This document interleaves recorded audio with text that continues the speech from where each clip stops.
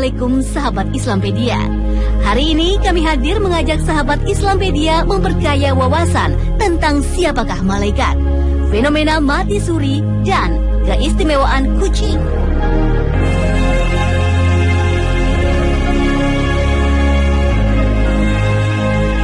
Sahabat Islampedia, belum lama berlalu beredar kabar yang cukup membuat geger dunia maya.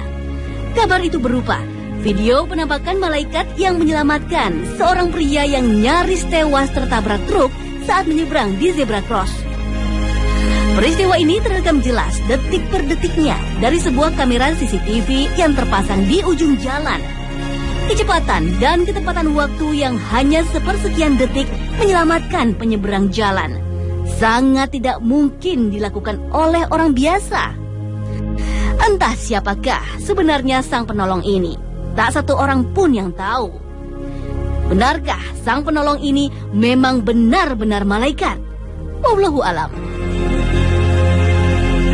Sahabat Islampedia, berita yang juga tak kalah membuat jejaring di dunia maya heboh adalah video yang terekam di Masjid Nabawi pukul 3 pagi waktu Madinah.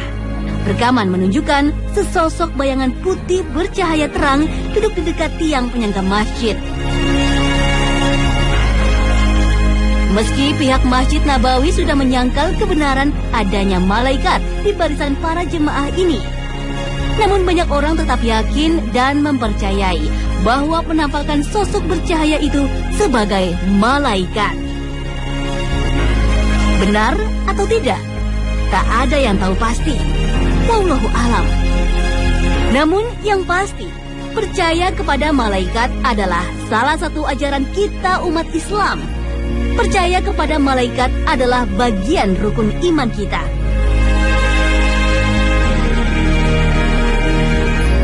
Sahabat Islampedia, bukan hanya tidak sempurna, bahkan tidak sah iman seorang muslim apabila tidak mempercayai adanya malaikat dengan sifat-sifat yang telah dijelaskan dalam Islam.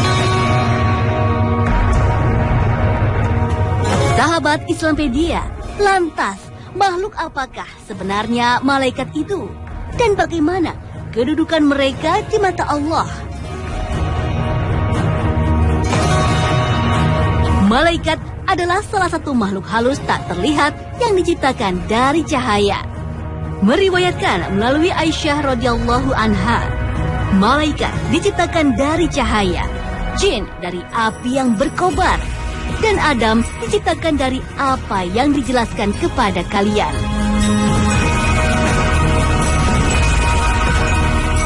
Malaikat adalah tentara Allah. Allah menganugerahkan kepada mereka akal dan pemahaman, naluri untuk taat, kemampuan untuk mengerjakan pekerjaan-pekerjaan yang berat, serta memberi kemampuan untuk berbentuk dengan berbagai bentuk yang indah. Jumlah malaikat Allah ini sangat banyak, tidak terhitung jumlah pastinya. Hanya Allah Subhanahu wa Ta'ala yang tahu. Hanya saja kita masih dapat membayangkan dan mengira-ngira betapa banyaknya mereka dari sabda Rasul Shallallahu Alaihi Wasallam. Neraka Jahanam pada hari kiamat memiliki 70.000 kendali. Setiap kendali ditarik oleh 70.000 malaikat. Imam Bukhari juga meriwayatkan bahwa ketika Nabi Shallallahu Alaihi Wasallam bertanya kepada malaikat Jibril tentang Al-Baitul Ma'mur, malaikat agung itu menjawab, ini adalah Al-Baitul Ma'mur. Setiap hari 70.000 malaikat sholat di sana, dan yang sudah sholat tidak akan kembali lagi ke sana.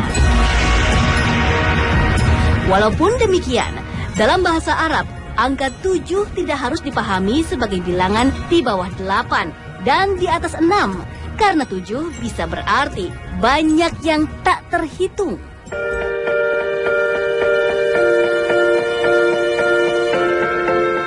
Sahabat Islampedia, dalam Al-Quran dan Sunnah ditemukan banyak keterangan tentang ciri, sifat, dan kemampuan malaikat. Malaikat mampu berbentuk sebagai manusia.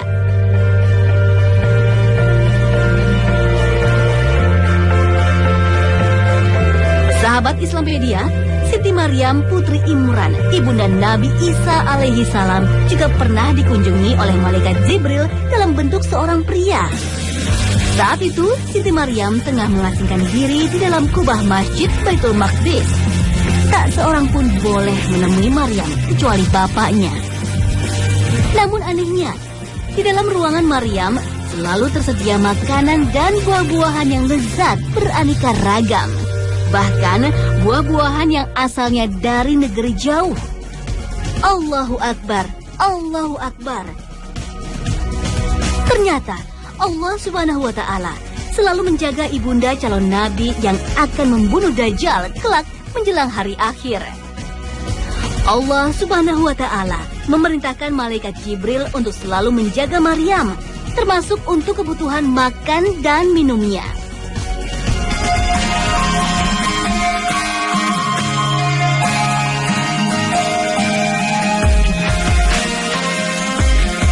Sahabat Islampedia, berapa banyak malaikat? Memang tak terhitung jumlahnya.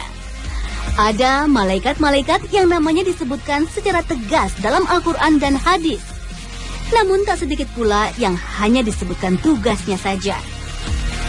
Di antara nama-nama malaikat yang disebutkan secara tegas adalah Jibril dan Mikail.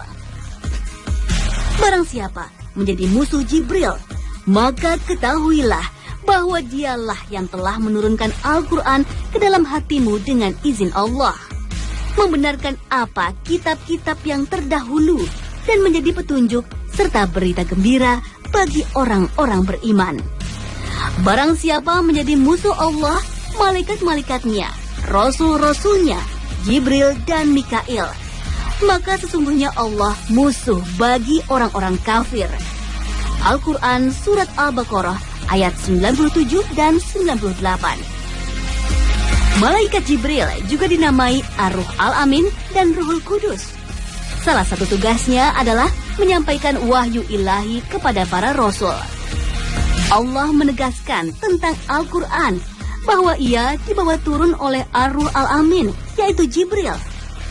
Malaikat Jibril tidak hanya bertugas menyampaikan wahyu kepada rasul, tetapi juga mengajarkan agama melalui Nabi Muhammad SAW kepada sahabat-sahabatnya.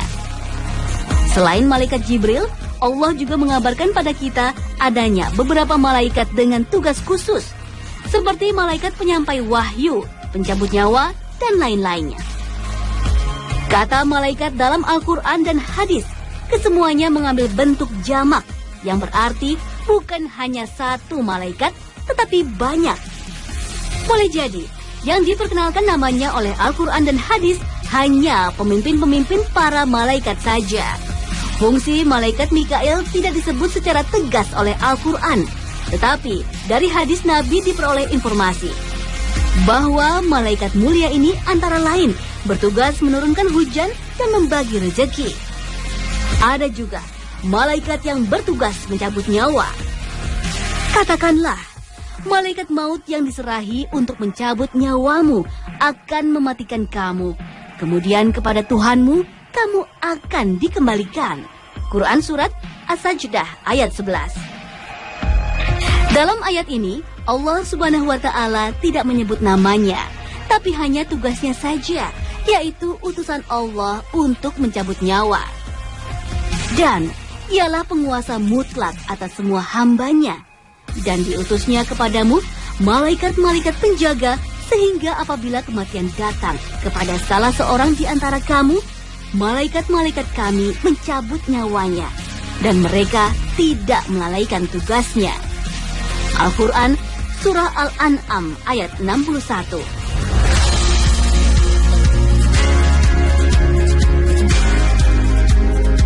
Ada lagi malaikat-malaikat yang harus diakui dan harus dipercaya fungsinya, tetapi diperselisihkan namanya. Seperti malaikat yang mencatat amal perbuatan berdasarkan firman Allah Subhanahu wa Ta'ala. Tidak ada suatu kata yang diucapkannya, melainkan ada di sisinya Raqibun Atid. Al-Quran Surah Kahf ayat 18. Ada ulama yang memahami kedua kata ini sebagai nama dua orang malaikat, yakni Raqib pencatat amal baik dan Atid pencatat amal buruk manusia. Ada juga yang memahaminya bukan nama malaikat, tetapi sebagai fungsinya, yakni pengawas yang selalu siap mencatat.